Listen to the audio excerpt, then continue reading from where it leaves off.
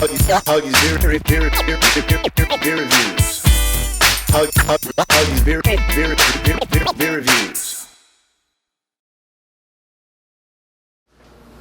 What's going on, guys? Welcome back to another one of Hoggie's beer reviews, and this time we're doing a seasonal beer, a pumpkin beer, specifically Pumking from Southern Tier. Now, I know a lot of people go out of their way to drink all the pumpkin beers that come out this time of year. I'm not one of those people. I like pumpkin beers. I've had some good ones in the past, but I don't get that worked up about it. But I had to grab this and review this because this beer has a really good reputation. It's highly sought after, and I always have people that aren't from like the East Coast or the Eastern Seaboard asking me about this beer because Southern Tier is not available all the way across the country. So I figured I might as well try it myself, review it, and let you guys know what I think of good old Pumking. Imperial Pumking, ale brewed with pumpkins. Bewitched and brewed with pagan spirit. Yeah, see, I'm not going to read the 3 paragraphs on there, but it does say that it's 8.6% alcohol by volume, 19% Play-Doh, 2-roll pale malt, caramel malt, pureed pumpkin, and their kettle hops are Magnum and aroma hops are Sterling. So, Pumking. So before we pop it open, really quick, punching it up on Beer Advocate. Out of 1,425 reviews, this thing scores a 90, categorized as a pumpkin ale at 8.6% alcohol by volume, of course brewed by Southern Tier Brewing Company in New York. Jumping over to Rate Beer, out of 1,261 ratings, overall it scores a 98. Once again, 8.6%. Spice, herb, vegetable beer. Yeah, okay, cool. So there we go. 8.6%. I would say this is an Imperial beer for sure. Since it's an Imperial beer, Imperial pint glass. And since I don't have this particular version of the Southern Tier cap back there on the fridge, big lighter, and off we go with Pumking. Ooh, ooh, that smelled festive. No doubt about it. Alright. Still got a couple inches left in the bottle. Might as well cap it back up. And let's take a look at good old Pumking.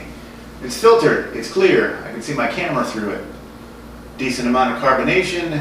And this is just an orange amber color. Wow. Take a look at it, guys. I know the camera's never the color's never the same on the camera. We'll take a look at that. It looks good. It looks like a beer. Nothing spectacular to it. But the smells of pumpkin are just drifting up, and there's a sweetness, like a kind of a nutmeg, pumpkin and nutmeg kind of quality coming up off this beer. It smells like a banana bread, pumpkin bread kind of pie. It smells like pumpkin pie, you know? Like pumpkin with like bready crustiness in there and some nutmeg and some sweet stuff and spices and man. I don't know if I want to drink it or eat it. And I'm not kidding. I mean, you know, you're going to get pumpkin and you're going to get all that pumpkin pie stuff I just mentioned. I don't smell any hops. I don't smell any malt. I smell fucking pumpkin. So, enough of that. Let's drink. Cheers.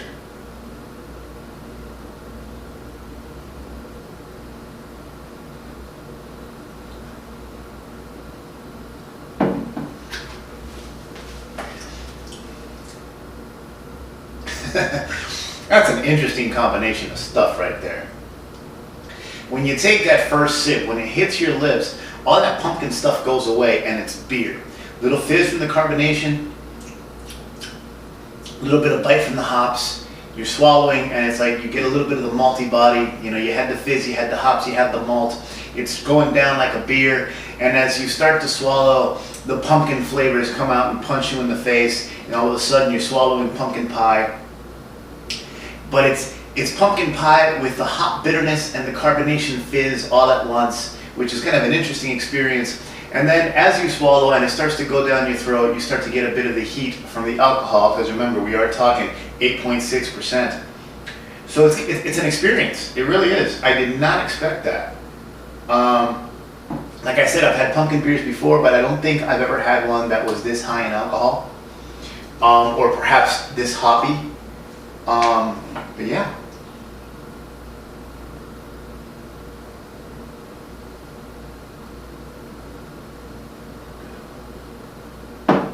Wow. I'll tell you what, it's an interesting beer. It's well put together. I mean, that pumpkin, it smells like pumpkin pie. When I'm telling you I don't know if I want to drink it or eat it, I'm not kidding. It's pumpkin pie, okay? But to drink this as a beer, you know, looking at it as a beer, that sweet pumpkin-y pie smell just detracts from the fact that it's a beer. And when you drink it, your mouth doesn't know what the hell it's getting. It's hoppy, it's malty, it's pumpkin, it's fizzy, it's alcohol-y, it's all at once. It's odd. I'm going to enjoy this because it's a fun experience, confusing the hell out of my taste buds, but I don't really think this is something I personally would want to do on too many occasions. I do like the fact that it's well put together. There's been some beers I've had in the past that say they're pumpkin beers and it's a vague kind of pumpkininess. This is not vague at all. This is a whopping chunk of pumpkin pie on a plate right in front of you, mixed with, you know, 8.6% alcohol. So I mean, it's well put together. It's an interesting brew. I personally don't like it enough to call it a glass full, but I will say that it's a very, very strong glass half full. It's well put together. It's interesting as hell, and it's pumpkin-y. It's more pumpkin-y than you can believe until you try it yourself. So yeah, if you're a fan of pumpkin beers, seek this out. If you like pumpkin and pumpkin beers, you will not be disappointed. I'm intrigued.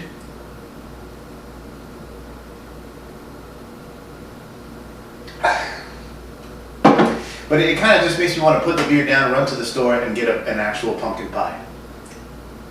But that's just me. I like pie. So I'll leave it at that. Very strong glass half full for Southern Tier's Pumking. And I'm out of here. Remember, check me out. There's a lot more videos coming on Hoggie's channel on YouTube. Plus, there's Hoggie's Beer on Facebook, Twitter, Google+, and Untapped. And coming soon, hoggiesbeer.com. So I'll see you on the next one, guys. Be good, take care, and cheers.